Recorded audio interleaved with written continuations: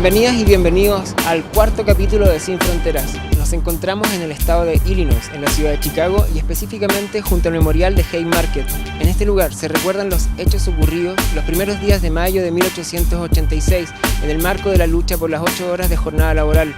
Durante este capítulo precisamente estaremos en la marcha del 1 de mayo aquí en la ciudad de Chicago, compartiendo también con los compañeros de la sede central de la IWW y conociendo la realidad de la comunidad puertorriqueña, como también la situación del prisionero político Óscar López. Así que ya lo saben, esto es Sin Fronteras y no se lo pueden perder.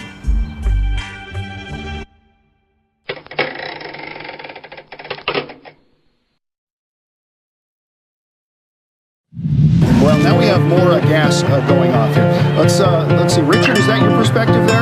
I am live at 4th and University. What you are seeing is that tension spilling over that we just talked about a while ago down at 4th and Union.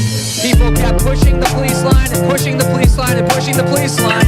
Now we're seeing a wide variety of response from that police team. As you mentioned before, we've seen this. It is most likely a combination of perhaps smoke grenades and pepper gas in canisters that's being released.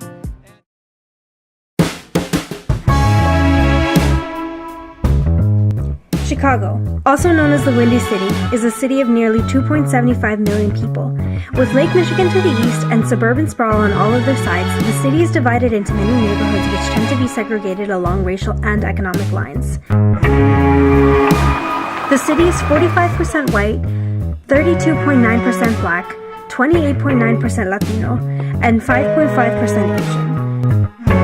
22.6% of individuals live below the poverty line, and the average income is $47,270. Chicago is well known as a center for livestock processing, with its famous or infamous stockyards, and much of this industry remains today, along with manufacturing, printing and publishing, insurance, and a newly popular tech startup sector. The neighborhoods and makeup of the city's population are changing rapidly, with skyrocketing property values pushing gentrification. Between the 2014 and 2015 census, the city lost nearly 3,000 residents, and that trend appears to continue.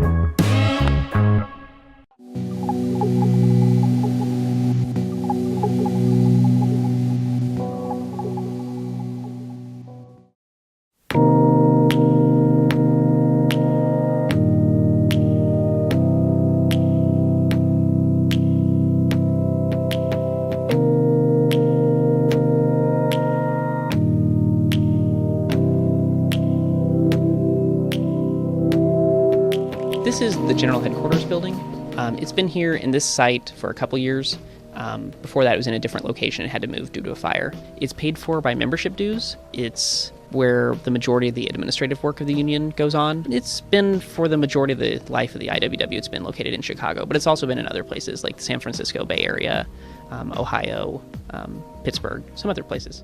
The purpose of this department is to provide education materials to membership and also to anybody worldwide who might be interested in learning more, either about the history of the IWW or of labor organizing in general, people who are talking about their direct experiences within the workplace, within their communities, and providing methods for how other people might be able to overcome those issues and to organize their fellow workers.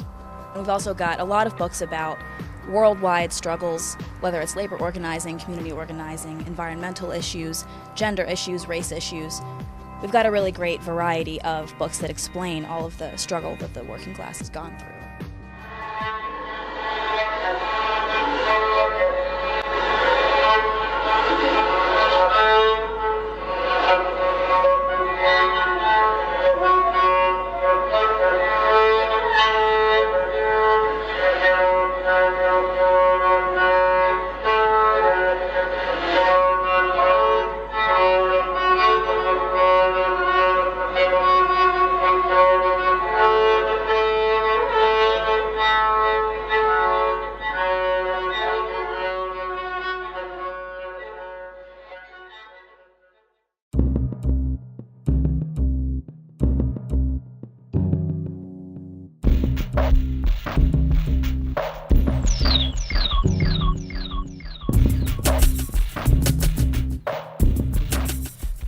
IWW began in 1905 in the United States. It was a meeting and a grouping of different unions, radical unions in the United States at that time. It included the Western Federation of Miners.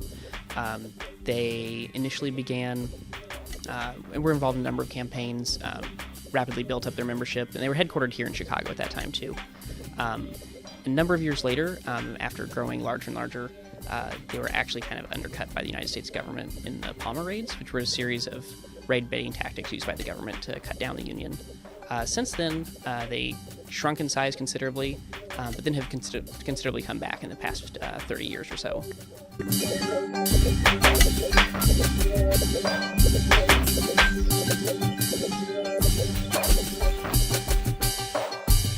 Now, the IWW might be smaller than a lot of other unions in the United States, but it pursues a much different strategy of trying to create membership that's organizers in themselves.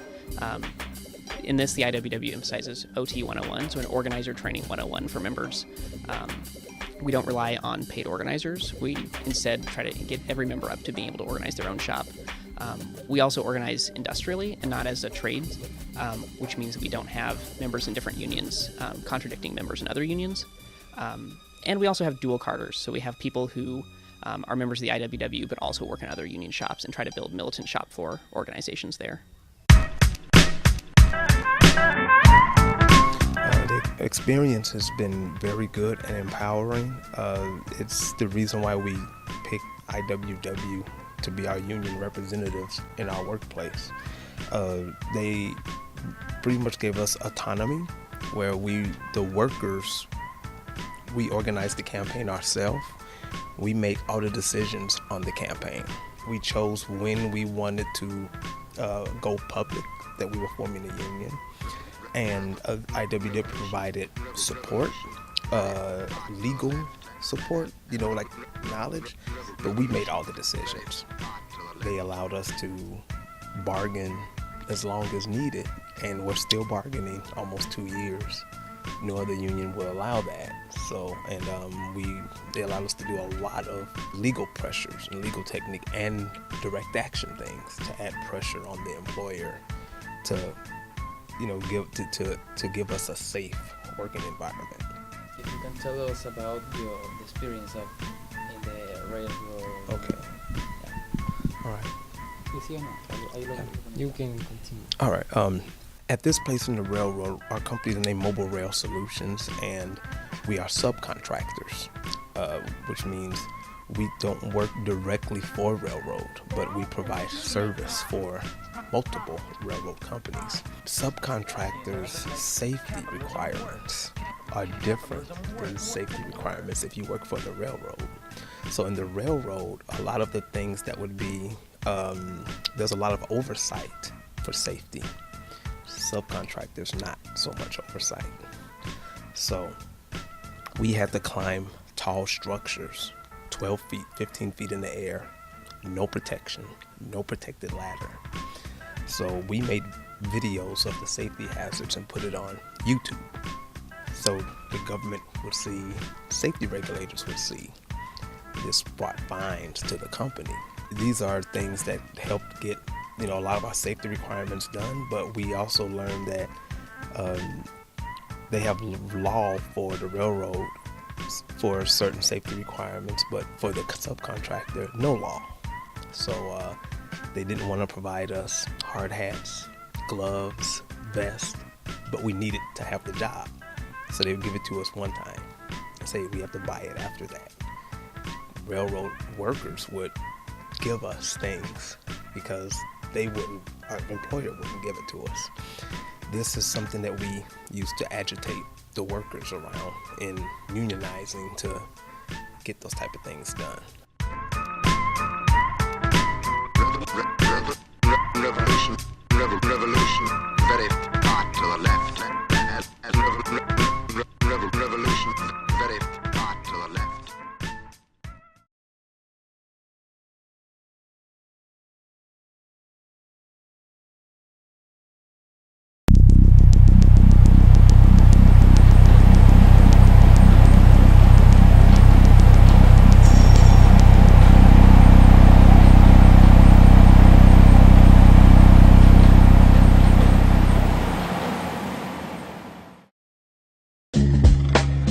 Nos encontramos en Union Square, en el lugar de la convocatoria para una nueva conmemoración del 1 de mayo aquí en Chicago. Vamos a estar conversando con los asistentes para conocer sus impresiones durante la manifestación. This is an anniversary of a very important day in the work for the world's working class. May Day came about as a result of events centered around the 8-hour day, okay, as a political movement back in the 1880s. In this city in 1886, there was essentially an event that led to, at that time there was some police were killed, there was a bombing, there were demonstrations for the 8-hour day. To this day, we don't know who even threw this bomb or whatever. But as a consequence, some anarchists, because that was what the movement was at that time, were arrested, and about 8 of them were found guilty. 4 of them were executed. 1 committed suicide. But it was out of that this event became a worldwide phenomenon.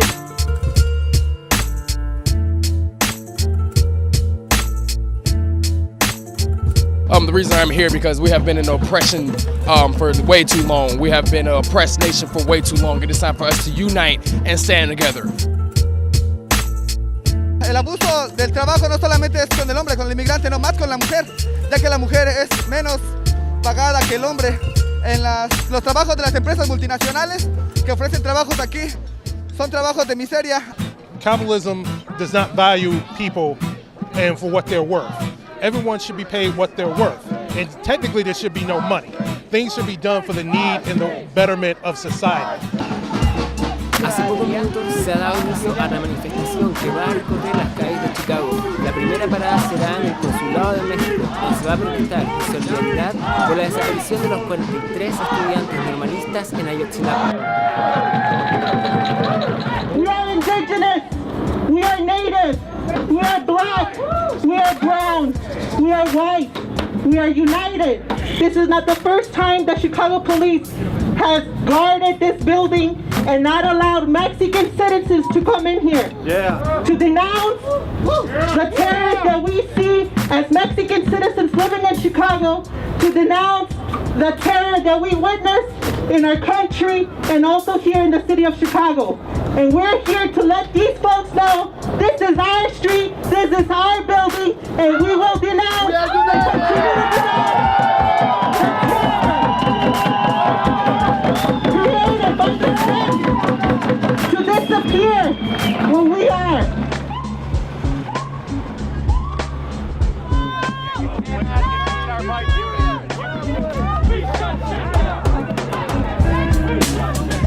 We march through the neighborhoods to where the police brutality is. So some people are afraid to even come out and be in the streets. We march through my neighborhood. We march through some of the other young men's neighborhood, the Pilsen neighborhood, but they weren't afraid. So it's time for people to rise up and say, I'm not afraid. I want my voice to be heard.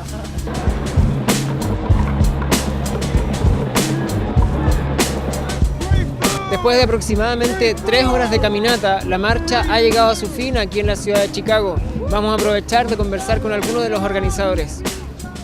Unfortunately, in recent years, a lot of the trade unions in Chicago and across the country have become business unions, which are more interested in working with the state and working with the bosses to create an obedient workforce. I mean, the IWW is the Industrial Workers of the World. We are a union, but we're a radical anti-capitalist union. One of the reasons we wanted to start the coalition is to bring back the very important idea of workers' self-organization, so that the idea of unions is not voting for Democratic candidates or letting a service come to you, but it's actually organizing yourself in your workplaces so that you can improve the conditions of your lives and control the conditions of your workplace. So many of us have been socially indoctrinated to identify with the oppressors, not to think of ourselves as working class people. So first we have to try and raise people's level of class consciousness. And then, as we're doing that, we're also organizing for worker control at the job sites and community control in working class neighborhoods. Then once we start doing that, then we can start getting more people to these rallies and using militant direct action tactics.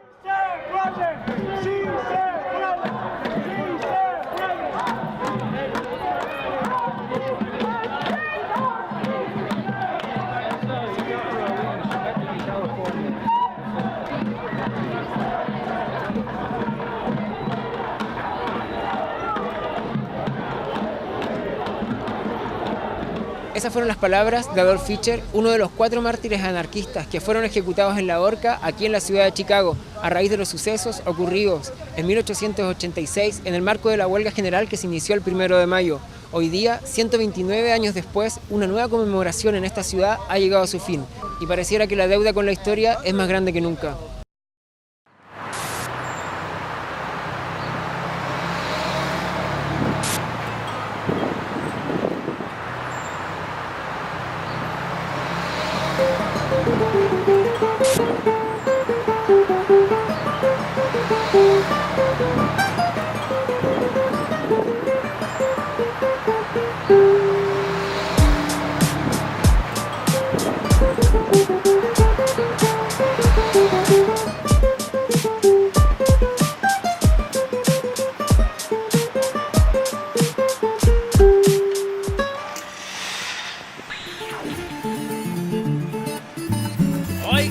Nos encontramos con José López, director ejecutivo del Centro Cultural Puertorriqueño aquí en la ciudad de Chicago. José, bienvenido a Sin Fronteras. Gracias. Cuéntanos, ¿cómo se inicia este centro cultural? Bueno, aquí en este barrio se llevó a cabo una de las rebeliones más contundentes de la comunidad puertorriqueña en todos los Estados Unidos.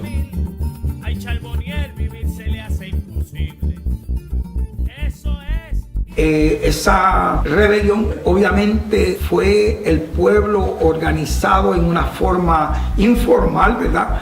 Pero para dirigirse contra los abusos y la situación de marginación que enfrentaban los puertorriqueños en los Estados Unidos.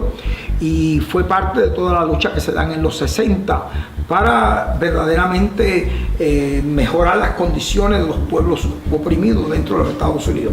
Así que hace 50 años que este pueblo se alzó en este vecindario, aquí en Humboldt Park, y desde ese entonces se inician una serie de gestiones que culminó en el 1973 con la fundación del Centro Cultural Puertorriqueño, que pretende enfrentarse y confrontar la realidad socioeconómica y cultural del pueblo puertorriqueño aquí en Chicago.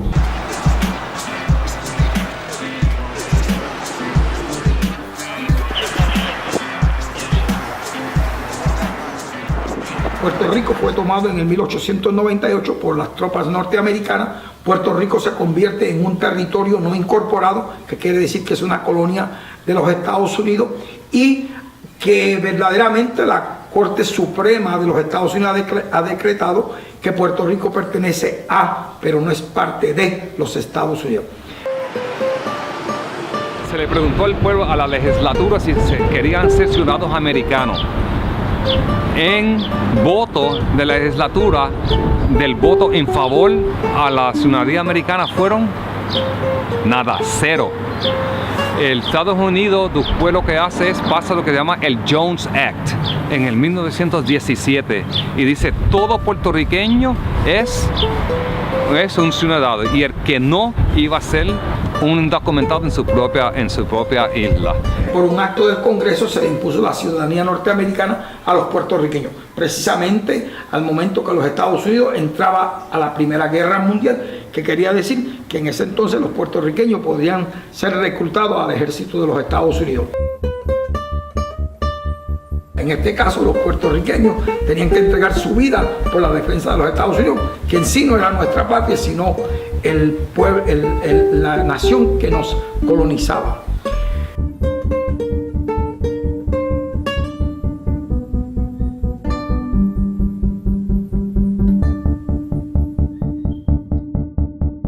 Puerto Rico no tiene derecho a participar del cuerpo político de los Estados Unidos. Nosotros no elegimos los senadores, no elegimos el presidente. En otras palabras, todas las leyes que se adoptan en los Estados Unidos se ejecutan en Puerto Rico, pero los puertorriqueños no tienen ningún derecho de participar de eso.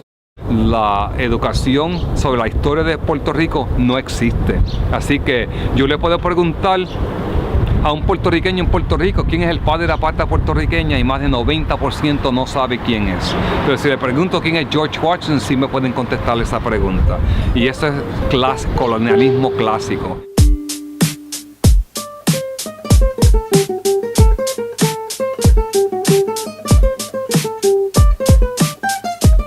Tu hermano, Oscar López, actualmente se encuentra en prisión y está cumpliendo una larga condena.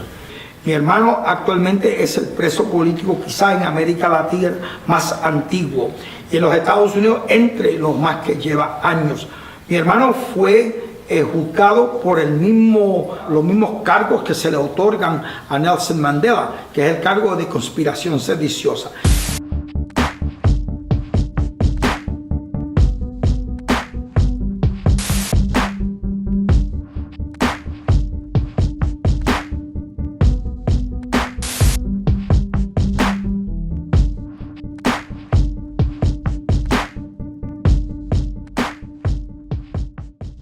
El 4 de abril de 1980, 11 de nosotros, 5 mujeres y 6 hombres fueron capturados y arrestados por nuestra participación en el movimiento independentista puertorriqueño.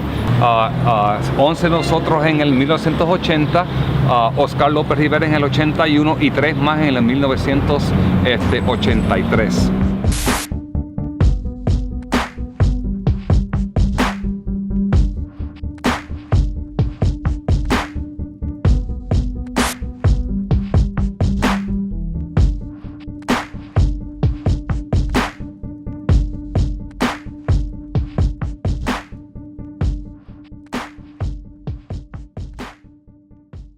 Fuimos acusados de conspiración sediciosa, pero puertorriqueños no pueden ser sediciosos por la razón que aquí en la Corte Suprema de los Estados Unidos ha declarado que Puerto Rico no es parte de los Estados Unidos, sino es una posesión.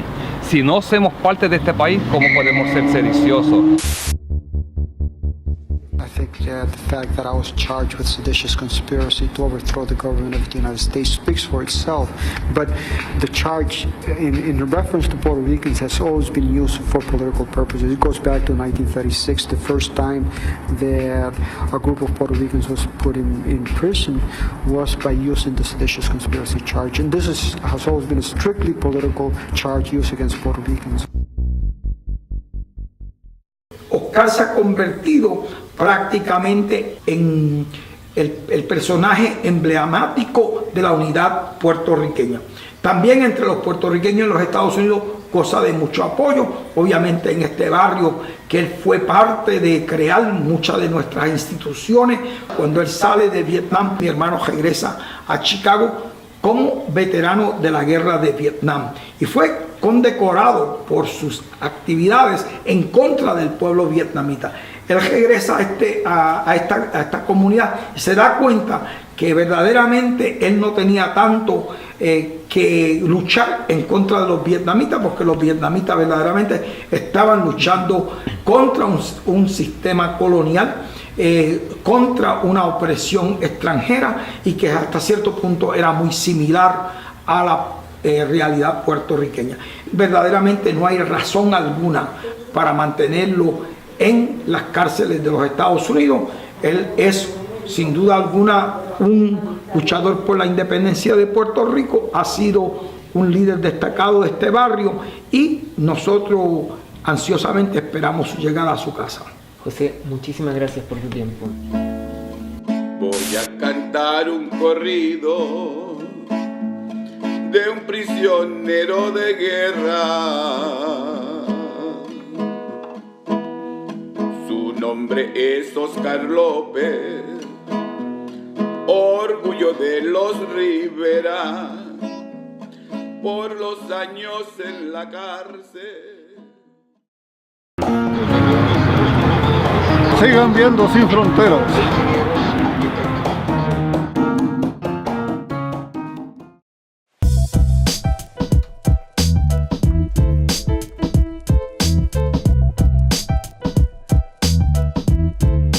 Hemos llegado al final del cuarto capítulo de Sin Fronteras y nos encontramos con Novator, con quien vamos a estar compartiendo durante esta nueva sección musical. Novator, bienvenido a Sin Fronteras. Thank you, I'm glad to be here. ¿Cuál es la relación que tiene tu música con los espacios de resistencia aquí en Chicago? Well, first of all, a lot of the lyrics that I write about are political. I talk a lot about it being against the state, against capitalism, against fascism, and you know, there's not many rappers from Chicago who talk about that subject matter, so I feel like that alone is, you know, it adds to it. But I've also, like, the first mixtape I released was a benefit for Jason Hammond, who was a political prisoner arrested in connection to an anti-fascist incident that happened in Tinley Park about 2 or 3 years ago. And so yeah, I've just, you know, I put out that mixtape as a benefit for him. I've played shows for the same reason, mostly a lot of stuff connected to anti-fascist work and supporting of political prisoners who are involved in that work. ¿Cómo te iniciaste en la música y si nos puedes hablar un poco de este cambio en el estilo musical que ahora estás tocando? Okay, I got into punk and metal music in high school through a friend, and it was very influential to me. I was always kind of into the more political aspects as far as the punk scene goes, whether it's anarcho-punk or peace punk or whatever.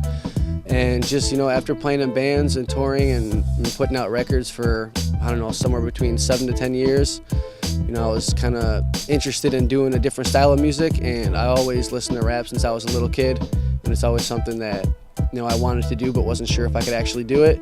So, you know, the opportunity came and I just went with it, and I've been doing it for like a year and a half now. Hace 1 año y medio atrás sacaste un nuevo álbum, ¿nos podrías hablar un poco sobre eso? Yeah, the first thing I put out was a mixtape called Dystopian. It came out the beginning of this year, 12 tracks. You can find that on Bandcamp. And the project I'm working on right now is called Suicide by Radio. It's going to be an EP, so like 4 or 5 songs. And the artwork is going to be done by Andrei Buzikov, who does Toxic Holocaust and Municipal Waste artwork. And that's going to be coming out hopefully sometime in July. Gracias por habernos acompañado en este nuevo capítulo de Sin Fronteras. Nos vemos en el siguiente y los dejamos con Novator. Check, check, check, check, check, check, check. You can hear it? Snatch the rifle, kill the sheriff in the last saloon. My platoon of gold is evil like the Black Lagoon. Blast the goon so the boom would leave you in an open tomb. I'll be the one handing my gun up in the poker room. Slow too soon, I might just sting you like a bumblebee. Humbly, I'll leave you like the sight some tumbleweed. Tomb the raid, R.I.P. Drinking liquor, robbing banks. It's showdown, the sun, down, I pull a rank. Cast Boston, cast thugging, cause we gon' slinging. Smith and Wesson, final blessing, leave your guts stinking. Blood drinking, brothers soon to feast upon your fucking corpse. 6-shooter in the holster while I ride my horse. A valiant stallion through the sea like an Italian. Gambino, make it bank like a casino. That's Crusader, 1880, member of the regulators. You see my latest caper, posted in your local paper.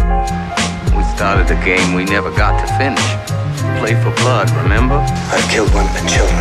Killed just about everything that walks or crawls at one time or another. And I'm here to kill you, little bit. I'll put you out of your misery. Say wham! I'm gonna blow your head off. The bounty's heightened, they want 5,000 for my capture. After my last escape, the sea was a disaster. But I shoot faster than any outlaw in the fucking West. Place your bets with no regrets, I'll be the master. It's undeniable, my mind is certifiable. You wanna beg a coach and my approach is indefinable. You find me likeable until my guns are blazing. Like a raging, you'll be shriveled, contemplating your evasion. The situation, my stallion down of dehydration. I passed up from the 2 and then I woke up in the station. Gave no indication that I'm busting out like Mosey. Cause I'm looking like I'm Bonnie from the good, the bad, the ugly. God's watching me at all times, they trusted me. It's all in vain since I retreated from the custody. Trackers loving me, they worship me in person. Only rarely I escape before they make the reimbursement. You want that gun, pick it up. Diane ain't much of a living boy. Whatever happens, if he's still standing in the end, gun him down. See, in this world, there's 2 kinds of people, my friend.